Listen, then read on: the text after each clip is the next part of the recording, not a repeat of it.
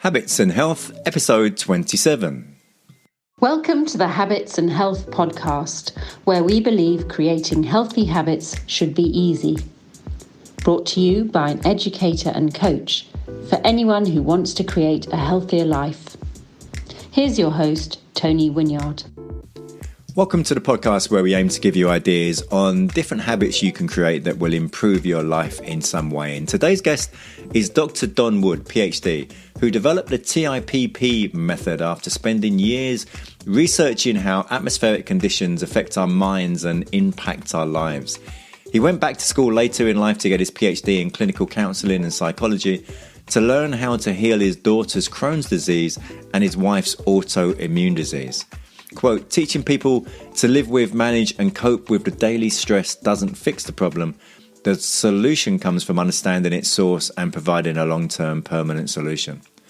Both his wife and daughter experienced childhood trauma and he saw how it affected their lives. We're going to talk a lot more about some of this in the episode.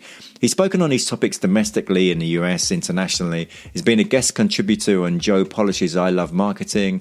He's been a speaker for Spartan Leadership, James Wedmore's Inner Circle, and many other speaking engagements, and has appeared on over 100 podcasts, including Dave Asprey's Bulletproof Radio, Spartan Up podcast, Unbeatable Mind, Ben Greenfield, and many others. So that's this week's guest, Dr. Don Wood. Hope you enjoy the show.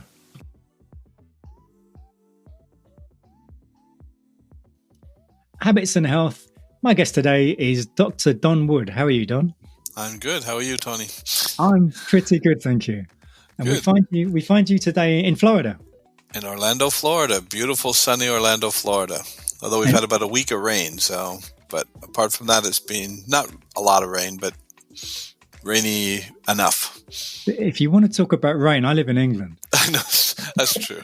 We really can't complain here. It's so true.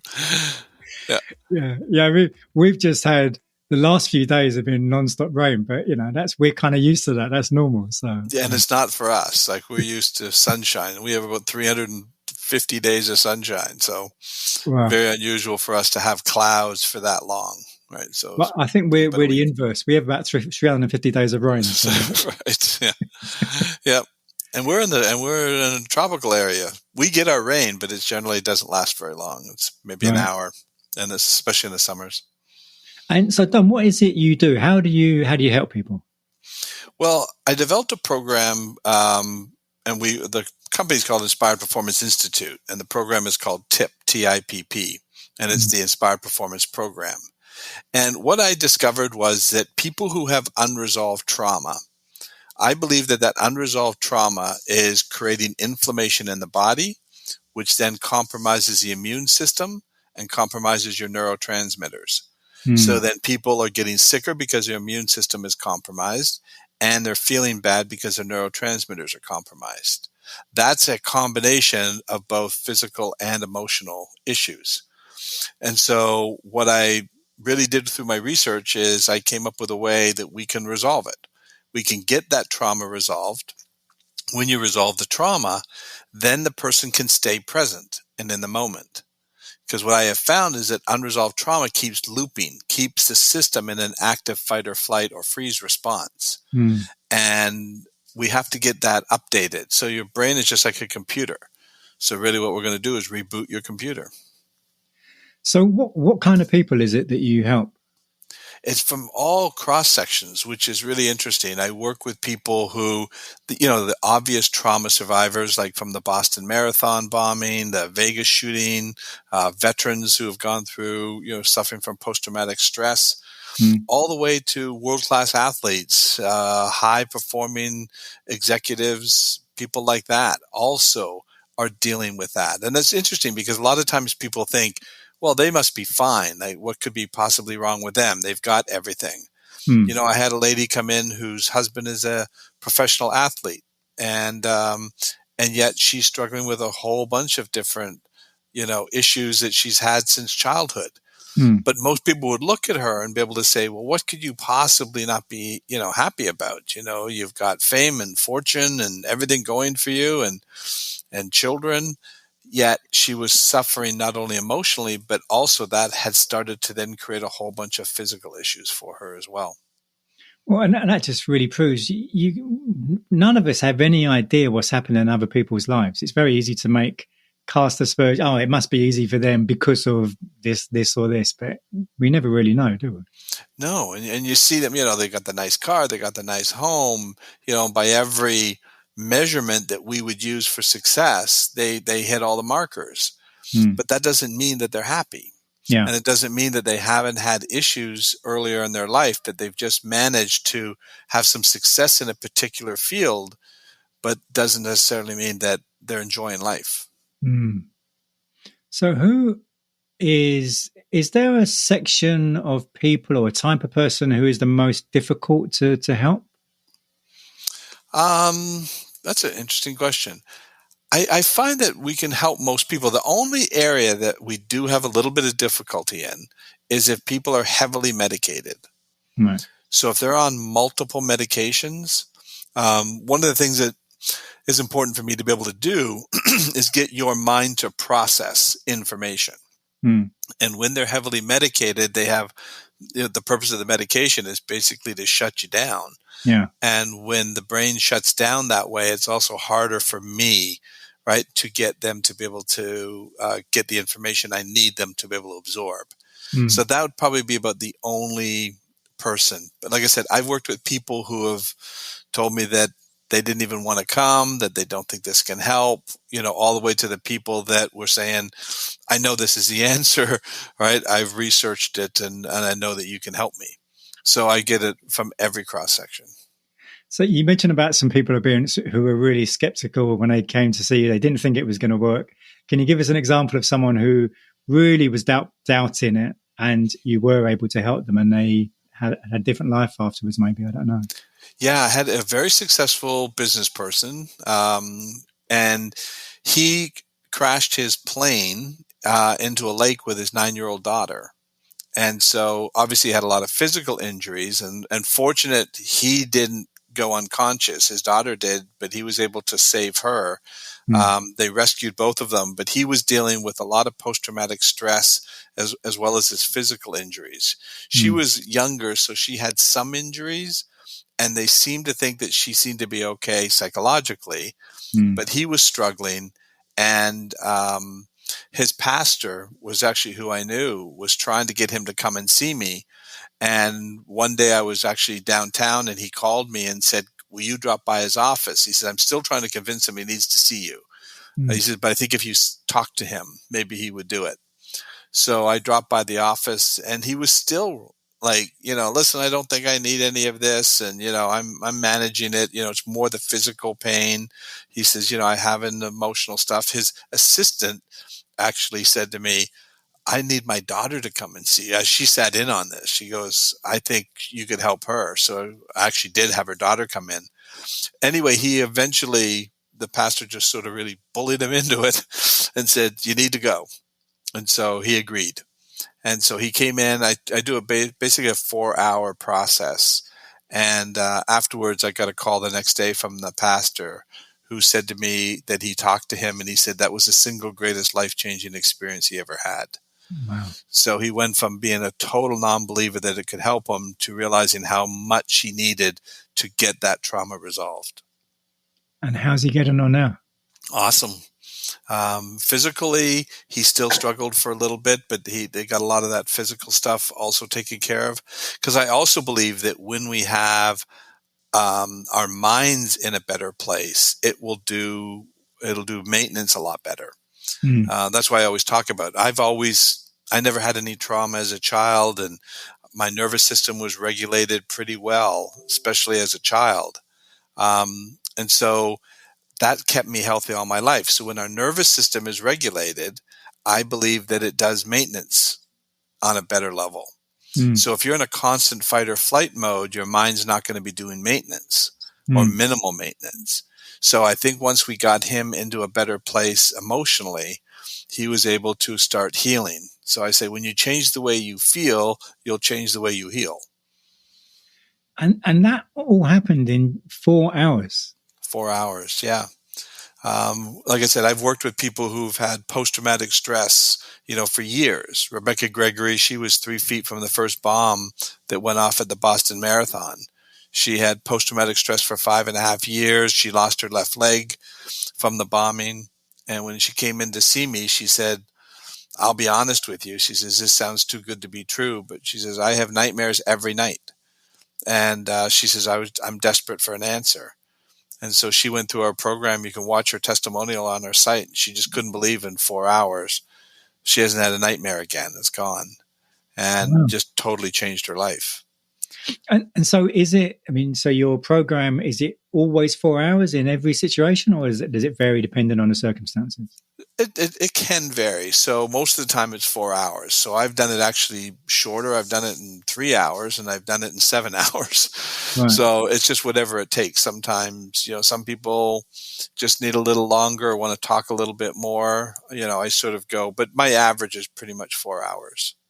And is there cases where some people, you mentioned about the medication and people are heavily medicated, but if someone is really putting up resistance and block it, trying to block it, would that make it more difficult? Or no, because what I said is it's really science, right? And what I've developed is a program that basically works with the subconscious survival brain. It communicates with that part of the brain, which is where the glitching and error messages are coming in from. Right. And so I said, you don't need to believe in science for science to work. Right. It just works. So the mind has gotten stuck. And so as long as they, work with me during those 4 hours, it works. It just works. And is this something that has to be done face-to-face, or can it be done online? Yeah, I did most of them, obviously, in the beginning to develop the program face-to-face. And then I realized that I'm not scalable. So it's going to be limited on how many people I can reach. So I developed a digital online version of that same 4-hour program. And at first, people were skeptical whether it could work. And I always talk about my wife as my best fan. And she even said, are you sure this is going to work? It's not you directly working with them. But we've had amazing success from that. So people have really, they've loved it. And it's worked, again, because it's just taking them through the techniques and the protocol. And so where did this all come from? How did you get interested in this in the first place? Like I talked about, I had this idyllic childhood, so I never really had any kinds of issues and I was just assuming that everybody lived my life. I assumed that all my friends had my parents and that their life was the same as my life, because I never saw, when our friends are growing up, a lot of times we don't know what's going on inside their homes. And so a lot of my friends were dealing with physical, emotional, sexual abuse that I was unaware of. And it wasn't until I met my wife when I was 18 that I saw a different world. And she was not living in the world I grew up in. She had a very angry father that just ruled the house with complete terror. And so she was living in fear. Always. All the children in that home were living in fear. And so I thought, well, when we get married, because we got married at 19, she's going to then move into my world. And she'll be living in the environment I grew up in. So that's all going to change, and that will help. Right. But it didn't. And I couldn't understand why until I really started doing the research. And I didn't really start doing the research until my daughter was diagnosed with Crohn's at 14. And when she was 14, they ended up telling us that she has Crohn's and that she's going to just be living with this for the rest of her life. And then at 16, she disclosed to us some trauma that she had experienced when she was between the ages of 6 and 8 that we were unaware of. And so she ended up having 4 resections done on where they had to go in and literally cut out pieces of her intestinal tract. She also developed another autoimmune issue called idiopathic pulmonary hemosiderosis, where the lungs just bleed. And so they said, it's a rare condition, but she's got to be careful because she could literally just choke to death on her blood, that within 15 minutes her lungs could fill up. So that's really where it was because of them, more my daughter, because my wife was high functioning. If you met her, you wouldn't have known. Same with, I didn't know my friends were dealing with this. If you had met my wife, you wouldn't have assumed that there was anything wrong. She's high functioning. but my daughter was an obvious what she was dealing with. And so what I discovered is that I believe that her health issues were the result of her unresolved trauma. And so I started looking at ways, because everything that they had taught us up to that point was how to live and manage and cope with these things. You got anxiety, you've got depression. We're going to teach you to live and manage it. We're going to give you medication to live and manage with it. And what I said is, I just don't see that as an answer. We'll lose our daughter. As my wife said, we'll lose her if we don't come up with an answer. And so that's what I did. And I came up with a way to get that trauma reset so that the mind was no longer looping through it in that high definition format, which is what I say creates the dysregulation of our nervous system. So since my daughter's gone through the program, she hasn't had a Crohn's flare-up and she hasn't had a lung issue. So the only thing that correlates with that is the program. And so how long ago did she go through this? About 9 years ago. So was she one of the first people to do it? Yep. Oh. Her and my wife. My wife first, and then her, and then I started doing it with other people as well. So my daughter actually wasn't even the second one. So I was really developing the program, and then took her through it. So it's probably more like 7 years, I guess, that she's gone through the program and hasn't had any issues. But the actual program itself, how did you? Was it a series of kind of experiments or theories? I mean, how did you actually put it all together in the first place? Yeah, it was really just, I spent a lot of time researching before I even tried to put the program together. Right. And to sort of lay out, here's what I really believe is why this works. Number one, the subconscious mind is survival-based and it's fully present all the time, just like the animal mind. So it works similar to if you have any pets. Do you have a pet? No. Do you have any pets? But if you had a pet, animals are 100% present all the time. Yeah. That's how their minds work. Yeah. So everything for an animal is happening now. Right. 95% of our mind works just like that. It's survival-based, fully present.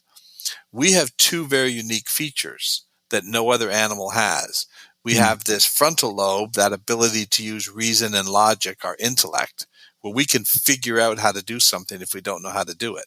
And so that's a brilliant part of our brain, but it's not in charge of survival. And it's only operating at about 5%. The second unique feature that we have is the ability to store billions of bits of information. So everything you've ever seen, heard, touched, or smelt in your lifetime has been recorded and stored in this explicit memory. Now, we have two memory systems. We also have what the animals have, is that associative, repetitive, procedural memory that we learn. That's how we learn how to ride a bike. Animals learn through repetition and association. We have that memory system as well. But it's the explicit memory system that's creating the interference.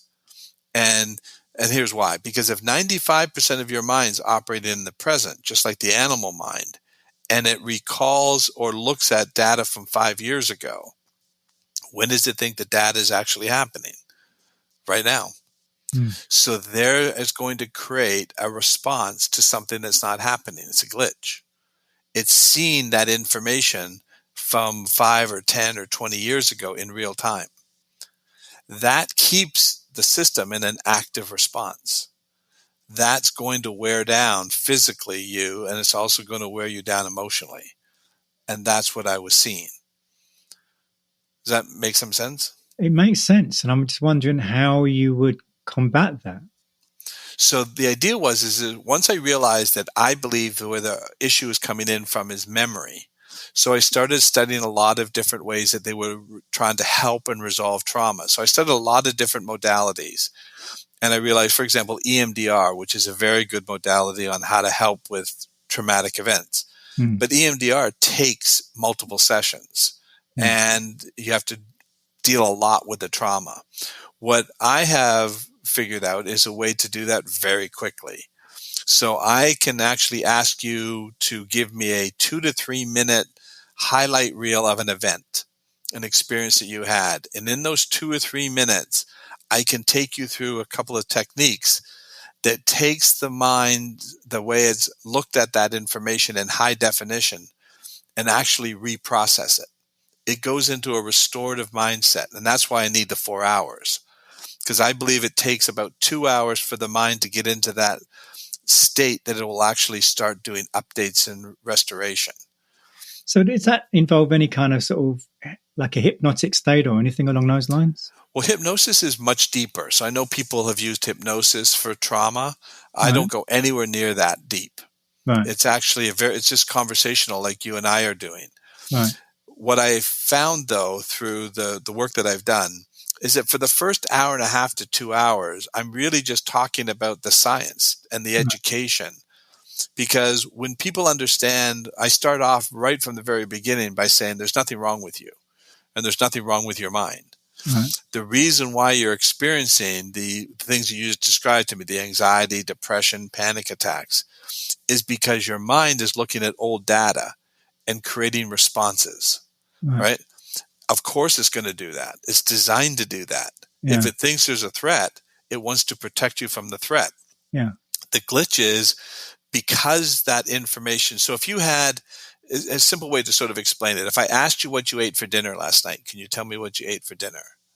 I had some vegetables and I think sardines and just a combination of many different vegetables and some sardines. So when I asked you that, you saw pictures, right, of what you ate. Yeah. The sardines, maybe where you were when you ate it, right? That's how you stored the information about dinner last night. Yeah. Now, because it wasn't threatening or disturbing, it was stored as a fairly routine file. Not a lot of data, but enough data to store the information. Yeah. If that was a threatening event, all your senses are heightened: sight, smell, hearing. It's gone into a very high beta brainwave state, taking in tremendous amounts of detail about that event. So what I say is it's storing it in high definition, high resolution. Yeah. So when something activates your memory, somebody says something, or you start trying to talk about an event that happened to you, you have to do exactly what you did when I asked you about what did you eat for dinner last night. You have to go into that memory to start looking at the information. That activates your nervous system. And then you start feeling the emotions, and the purpose of the emotion is your mind is actually calling for an action. The purpose of fear is to escape a threat, right? The purpose of anger is to attack a threat. So, there's a lot of people, well, I can't remember the actual name for this. You'll know a lot of people's memories are actually false, so how we think something happened 20, 30 years ago, often that story isn't true. So does that make a difference whether they're actually misremembering something, or does that make no difference? It doesn't really make a difference. So because if they think it's real, their mind's responding to it. Right. So either way, I can still get the mind to reset that. So what I do is when I take you through the process, in that 2 or 3 minutes, the mind is in that restorative mindset. It can actually reprocess that data into the same format as to what you ate for dinner last night. Right. It takes a lot of that intensity out of it. Right. So then when I ask you to go back and then take a look at that information again, all of a sudden it doesn't feel, there's no response. Right. So I worked with a U.S. Army sniper who had to shoot and kill a 12-year-old boy. And he was just sobbing before we started. He said, I just can't live like this anymore. I can't stop thinking about it every day. And by the time I was finished, he could give me a complete description of the event that day without crying. And said to me, he says, how did you do that? And I says, I haven't done anything. I says, your mind for 8 years has been trying to get you not to pull the trigger. Right. It thought you were shooting the 12-year-old boy now when you were starting to look at that memory. And what do they do in traditional therapy? Let's talk about it. And so they keep reinforcing it. We hope you're enjoying this episode of the Habits and Health podcast, where we believe creating healthy habits should be easy. If you're looking for the fastest and most effective way to transform your energy and well-being, we invite you to join Tony for an upcoming Habits and Health workshop. This 5-week group workshop will empower you with tools to disrupt unwanted habits and make positive changes easy. You'll enjoy sounder sleep, better energy, less stress, and a happier mood. Workshops begin on the first week of every month, and you can sign up now at tonywinyard.com. Now, back to the show.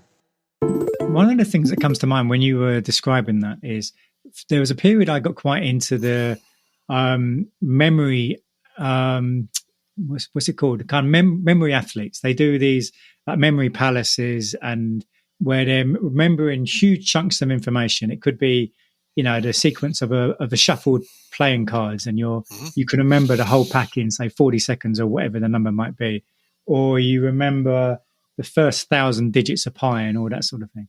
And one of the ways that I know a memory palace works is you have to, everything that you're trying to remember has to be really vivid. If it's mundane in any way, the mind's not going to remember it. So it has to be like a massive purple cow, for example, or like Seth Godin talks about the purple cow. But yeah, there's everything has to be huge or in some way memorable. It's like we often remember things about when we went on holiday because that was different from the norm. But if I asked the average person what they had for dinner 4 weeks ago, I've got no chance. I haven't got a clue. Yep. And that's exactly what I was talking about, is that when it becomes brighter and more intense, you took in more data. Right. And so because it's so intense, then that's when the mind, now, if you were recalling playing cards, that's not going to be threatening. So chances are you're not going to get a kind of a response from a fight or flight response. You're just going to be able to remember it because it is brighter and more intense. You took in more data. Right. If that was a threatening event, though, your mind would be responding to it because it's designed to keep you alive. So it would then go into a survival threat. Right. And that would be different. It sounds fascinating. And one of the things that is really amazing is how quick you're able to do this. So it sounds like with everyone, it's just one session and then one session. Yeah. Very, very rare do I have to have somebody come back. Sometimes the memory, so for example, they've had some really big traumatic memories, right? We get those resolved, and then something that had no association with any of those kinds of threats. Right. Now that was way down, that was not really brought up very often, may pop up, and it didn't get a connection to that. But what we also do is we have them also go through a series of audios that they listen to for 30 days after the 4-hour session. Right. And that's to reinforce the session. So generally it picks up other things that maybe didn't get picked up right away. That's sort of the idea behind it. So, you mentioned that this works for trauma. So would this also work for phobias? Oh, yeah, absolutely. Because again, a phobia is coming from a memory. Right. So they experienced something. So I had a lady that she was actually, I was in a group with people and I was talking about this and I was demonstrating it with some people. And she says, well, I have a fear of snakes. And she says, would this help me with the fear of snakes? So I brought her up. I took her through the technique and she was able to get over her phobia of snakes. Wow. Yeah. Because again, what's happening is that the mind is going into the memory of that snake and seeing it in real time.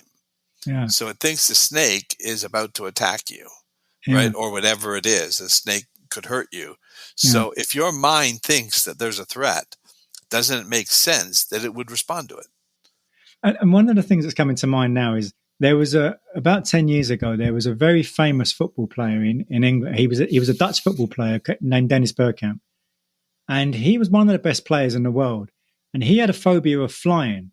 And so whenever his team were playing in various countries in Europe, he would never get on a plane and go to those countries. If he was able to go by train to the country, he would go, but he would never fly. And this guy was being paid millions of pounds. And so you would think that he would have, if it could have been treated, you think that, he would have got it treated. But for whatever reason, he may not have known, what to do, or maybe he just didn't meet the right people. But yeah. I've seen, a number of those kinds of things. I had a lady who came in.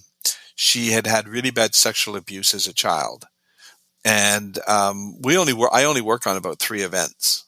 Sometimes I'll be 2, sometimes 4, but generally 3 is my average. So we finished 3 different events that she'd experienced. And again, just a couple minutes on each one. She says to me, she said, well, we're going to be here all night because I have a lot of these. I said, well, we don't need to do anymore. I said, once we now got this process started, your brain now takes this process and we'll start applying it. So when you go to sleep at night, you go into a theta brainwave state. And in theta, your mind processes. So it's going to process what it learned here today and process it to any other event. And she says, even events we haven't talked about. And I says, correct. And she says, okay. So I met her at a store just by chance about a month later, and she came up to me and she says, I got to share something with you. She said, there was no question that those 3 events that we did, right, we cleared. She says, I went home and for the first time, I was able to talk to my husband about them without crying. She said, I was able to share that. She said, I've never been able to do that. So she says, 100% I was sold that it worked. She says, but I'll be honest with you, when you told me my mind would clear the other ones, she goes, I didn't believe you. She says, but I was at Universal Studios with my daughter and my husband, and I was riding on the escalator, going up the escalator, and I was looking over the railing. And my daughter said, Mom, look at what you're doing. She says, I never told you I had a fear of heights, and it's gone. We never even discussed it. So she says, that's when I realized that it had to be doing it for everything else. Because if we didn't even discuss that event or discuss anything about that fear, whatever event created that fear also got updated in that process. A lot of trauma can show up in many different ways for different people. So if someone's maybe listening to this and they maybe have some sort of health issues, but they might not know what is the cause of those issues, and that could often, the cause could be something traumatic that happened to them many years ago. Would that be worth someone investigating with someone like yourself if someone's got an issue and they don't know what it is that's causing it? Sure, because a lot of times we don't. That's what the second book that I wrote, I called Emotional Concussions, just for that reason. Because obviously big T trauma is obvious. You know, if we know there's a big event, right, that created trauma, those are obvious. But there's also what I called emotional concussions. And that's when we get bumped. You know, maybe as a child, a teacher that told you were stupid, you know, or a parent who constantly criticized you, right? You just never felt like you measured up, right? It come from a single event or a series of events, because children don't have enough life experience to interpret the world they're living in. So I have a great example of a lady. She said to me, I've never had any trauma. I had a very good childhood. Everything seems to be fine. And so I said, can you think about any kind of an event that would be disturbing, like that would have been upsetting if you think back to it? And she had to really think about it. She says, okay. She says, I have one. She says, I was about 6 years old. And she says, I was in church with my family, and I can see her eyes starting to water as she's going over this memory. And she says, and I started to talk, and then I see the tears coming. And she says, and my grandmother took the brush, her hairbrush, and she hit me on the head and said, stop talking, you're in church. And she said, and then the waterworks came. She started to sob, and she says, I just realized I lost my voice that day. I never stick up for myself. Everybody, you know, can push me around. She goes, I just realized that's when I lost my voice. That had never occurred to her, that why she never would be assertive or stand up for herself. Right. And that really got, because a 6-year-old was told, we don't want to hear you. Now, it's hard to believe that something like that can do that. Was her grandmother intentionally trying to do that or try to hurt her? Absolutely not. Yeah. Right? So even with the best of intentions, a parent can say something that they don't realize that their child misunderstood. Yeah. My wife was another good example. She told me about a story. This was before the program. I remember her telling me this story. She said that when she was about the same age, about 6, and she's now living in a traumatic household on top of this. But some of the mothers in the neighborhood had a little tea party for the girls in the neighborhood. So her grandmother dressed her up really pretty in a nice little dress with her hair, and she went to the tea party. And the mothers who were sitting in the front, when she came walking in, one of the mothers said, oh, look at this one. She's going to be a real heartbreaker when she grows up. And the other women were saying, oh, yeah, that's a real heartbreaker there. Now, they're trying to say something positive for her. What my wife heard is that they see that I'm a bad person. Right. She was crying. She says she went home. Her stomach was sick. She just left. When she got a chance, she just got out of there and left. Because in her mind, they saw something. right? And she's already living in that kind of a world where she wasn't feeling good about herself because of what she was living in. And now she's realizing these women saw it too. Amazing, right? Yeah. And something that comes to mind as well is I'm wondering now about things like imposter syndrome, whether the root of that could be based in something traumatic or like some of the examples you just gave. They do. That's where it comes from. Again, it can come down to, somebody told you that you're not really good enough, right? And then you end up making it in a field, and all of a sudden it's like, well, people are going to eventually figure me out. They're going to realize that I'm not good enough, right? I'm not smart enough. That imposter syndrome can show up. It can show up in multiple ways too. I had a lady who had really bad sexual abuse again as a child, and she was a coach for women. She held retreats. And she says, I never share my abuse. She goes, I feel like an imposter. She says, I feel like I'm a fake. Like, here are all these women that I'm counseling and coaching. And she says, but if I tried to share what happened, in my childhood, she says, I'd break down. She says, I couldn't do it. So I avoid it. But she says, but it makes me feel like I'm fake. Right. Anyway, the good news is after she went to the program, I saw her about 3 months later, and she told me about a retreat. She says, I'd love to share this with you. She says, I was at a retreat I was holding, and she says, I was about 15 minutes into this one particular event that I was holding. And she says, and I realized I just shared some of my childhood trauma. I didn't even realize I had done it. It was almost like, oh my God, look what I just did. Right. And she says, that made me a better coach. And what about if someone has something like imposter syndrome, but they're completely unaware of what was the causing incident? Would you be able to help in that situation? Yeah, because we just go back to another event or something that had happened earlier. Like I said, once we may pick it up, right. But even if we don't pick it up, if we pick up other types of events that could have maybe not had anything to do with being the imposter, like the lady who had the fear of heights. We didn't talk about that one, but when we worked on other ones, our brains, our minds, and our bodies are designed to heal. All I'm doing is helping take the blocks out of the healing process. So as soon as we get those blocks out of the way, the mind starts the restorative process, and it's designed to do that. You mentioned about your second book. So tell me about have you just got 2 books? How many books do you have? Yeah, 2 books. I'm working on the third book. Okay. The third book is actually my wife and I together, really talking about just what we were sharing about how with parents, the kinds of words, the way you're raising your child. And I'm not saying that I got it right all the time either, because I certainly, our children lived in a very good home, right? But there was some things along the way that when I look back on now knowing what we do with our program, I certainly would have changed the way I would have done that had I known that information. Yeah. So we're going to write a book on that, just sort of talking about the things that you should be aware of as a parent with the best of intentions on how you can then create an emotional concussion without even knowing you're doing it. So that's what the book is going to be on, is how to communicate, how to talk, that kind of a book. My first book was called You Must Be Out of Your Mind. And that was, I wrote that basically to talk about the program and how I developed it. We've got to get you out of your mind, right? And it was sort of a funny title. When was that book? How long ago was that?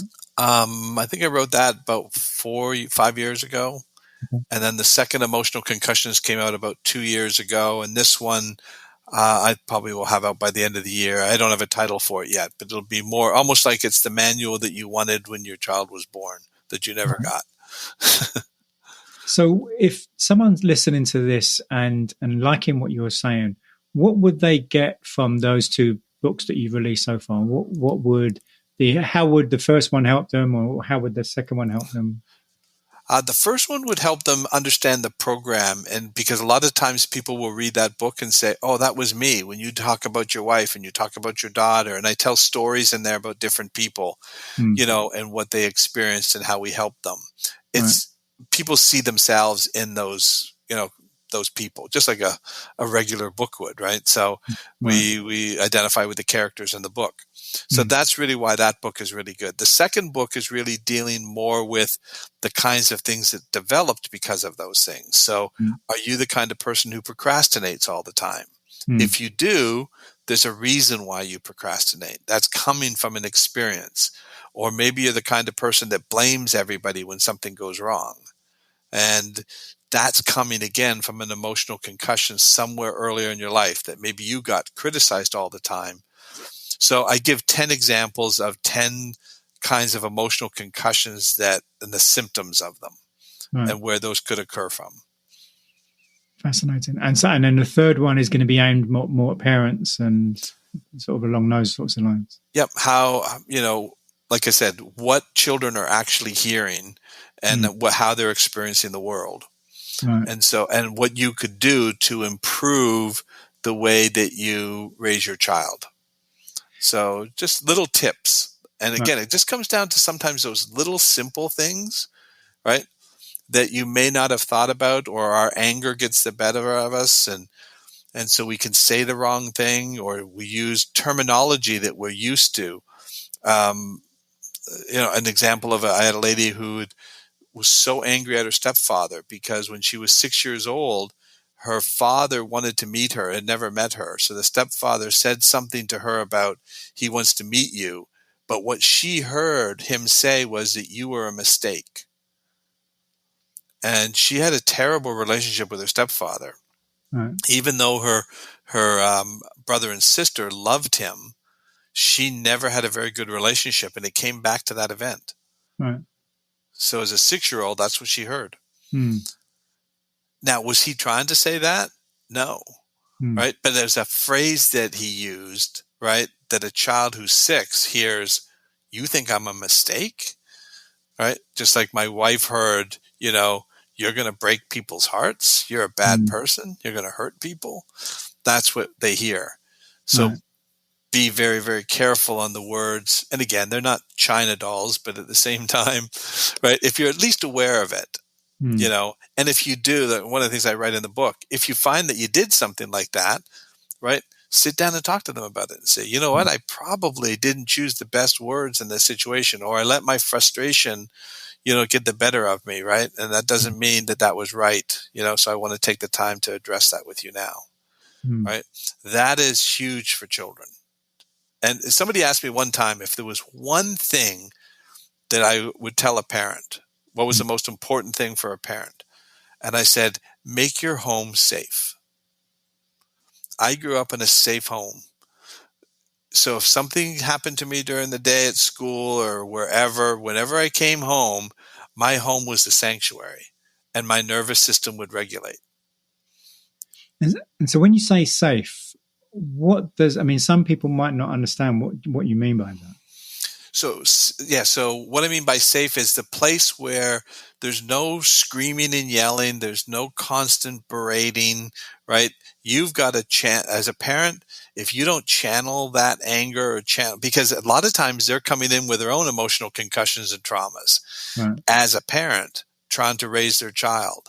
So if they don't address that and get that taken care of, they're going to just pass on some of those, damages to their child. So be aware of them. And so what I mean by safe is, safe doesn't mean perfect. Safe means is that, we're going to get things wrong. And that's what I said is I know even as a parent, I think we did a pretty good job, but we could have done some things a little bit better. Had I known this program, I definitely would have done things a little differently. For example, a great example was, I was of the belief that as long as my kids got good grades in school, I didn't care if they worked or did all the chores and everything. My wife was a real taskmaster that way. She wanted them to develop that discipline. I was more the easygoing, hey, listen, they're doing good in school. They got good grades. They're doing well in sports. Let's not, go too far. That was, I made that mistake. Right. They should have had more responsibility. Right. So again, just comes from experience. Yeah. We mentioned about your books just now, and one of the questions I ask most of my guests is, a book that has really moved you for whatever reason? Yeah, it was the book that I remember reading was from Dr. Gabor Mate, The Realm of the Hungry Ghosts. Mm. And in that book, that was really what I sort of said was accurate about what I was seeing in terms of trauma. Mm. So he worked a lot with the addiction community, a lot with the, very, very poor people in a very poor part of the city. So he saw all the pain. Mm. And that's what he talked about, is he said 100% of the street workers or prostitutes in that area had all been sexually abused. Mm. They all had drug addiction issues. They all had come from very, very harsh conditions as a child and a lot of sexual abuse. That's really, like I said, really made me understand that what I was doing was right on. And so that you see it at the extreme level at the conditions he was working in, but you also see it at the very high functioning level. Okay. So the CEOs, the executives, the moms, the dads, right? Yeah. They're having the same issues. They just don't see it. He saw it at the worst. But like I said, when you met my wife, you would never have understood that she had had that kind of abuse as a child. When he gave himself as example with the CD collection. Yes. And he couldn't stop himself. He would actually duck out, from appointments to go buy something at a store, right? Yeah, he couldn't stop himself, right? So, fascinating. And again, there's a guy, well-educated, brilliant mind, and yet he's stuck in this loop. Mm. And that's what I said, is that's what I really figured out that we can fix. Mm. Did you read his book called Hold On to Your Kids? No, I didn't read that. It's because as you were talking about your book that you're writing now, it made me think about that book, Hold On to Your Kids. I think you might enjoy that book. I should, yeah. I'll definitely read that. And it is all about, as the name suggests, it is about why so many parents go through an issue where at a certain age, usually in the teenage years, there's a real disconnection between the parent and the child, and why that so often happens. It's a fascinating book. Yeah, and it's one of the things that I'm addressing in ours too, is, for example, one of the reasons that happens is that children never get any really independence, especially when they're younger. Mm. So some of the things that I'm suggesting that would be a good thing to do is, say you're going to go out to dinner, or you're going to go to, you're doing some sort of an event that you're going to go out and you want them to wear something nice. What do we typically do? Put on that, right? And so the child has no choice. They say, but I don't like that. Well, it doesn't matter. Put it on. Yeah. Wouldn't it be better to lay out 3 outfits? Yeah. And say, which outfit would you like to wear today? Yeah. It takes them out of, I have to wear this, to, I get a choice. They're going to wear one of the 3 things you like anyway, right? Yeah. Why not make them feel like they've got some control? Because that stops a lot of that fight for that independence when they become those teenagers. Yeah. They've never had the ability to have any control, so then they really want it. And they'll go out of the way to get it. Because he talks about that kind of thing as well in the book. Yeah, I think you'll enjoy that book. Yeah, definitely. I'd like to read that. But it's that kind of thing. Yeah. Same kind of thing when you want to get their homework done. So, have you ever read the marshmallow test? You read that book? Well, and that's been updated, isn't it, recently? The results. I haven't heard that. Has it? Yeah, there's something called the reproducibility project, where they've tried to reproduce many famous experiments from the last few decades. And they found that the marshmallow test wasn't reproducible in different situations and different circumstances with different types of people and cultures and so on. Well, that would make sense. I'd agree with that. Yeah. Mm-hmm. But, based on the average, I think the idea was to sort of say, people do, I know you asked about a quote. I can't say I can know exactly what the quote was, but it was about Walt Disney. He says, if you give people the chance to reach up, they will. Right. So he always tried to raise the bar so that they wanted to reach up for something. Mm. And so I think the same kind of thing, if you give people the opportunity to challenge themselves or to reach up to improve themselves, I think they will rise to that occasion. Mm. But again, you could see you could do that same thing in a different situation. They've just been so beaten down, they can't do it. if people, I mean, I'm sure there's a number of listeners at the moment are probably screaming out, Tony, just ask the guy how we can find out about this course, because it sounds amazing. So if people do want to find out more about this, where should they go? If you go to www.gettipp.com, and then if you write /habits, I think for your listeners, we were doing a special promotion for them. And so they'll get I think a chapter in the book of emotional concussions. They can download that so they can get at least a little bit of an idea on what we do. And but I think they also get a discount off of the either online program or the one-on-one personal program with me. Oh, thank you for that. Okay, so so that will obviously that link will be in the show notes as well. And are you active on social media at all? Yeah, so I have a LinkedIn page, I have Facebook, we have our Inspired Performance Institute, so you can also go to that. And so I've got Dr. Don Wood, PhD, so you can go to that, and we have a lot of our stuff up there. I encourage you to check out the testimonials, because that's one thing that people say is they'll see a testimonial from somebody that relates to what they've experienced. Like I said, we've got such a cross section, from moms to athletes to CEOs, all across the board of people who had life-changing experiences after going through the program. Well, to finish, Don, I normally ask about the quote, but you've given a quote just now. So okay, it wasn't verbatim, but it was close. Instead, I'm going to ask you, what is it that you're most passionate about? Do you have something like music or theatre, or what is it that really gets your emotions going? Sports. I love sports. I've been an athlete all my life. And so hockey was my main sport. I'm originally from Canada. That's how I got married at 19. I was offered a chance to play professional hockey in Sweden, so we got married very young. But now living in Florida, I'm a golfer. So I'm very passionate about golf. But sports in particular, but golf right now is my big sport. Well, Don, it's been a real pleasure speaking to you for the last 50 minutes almost. So thank you for your time. Wow, time flew. Very good. That's always a good sign. Yeah.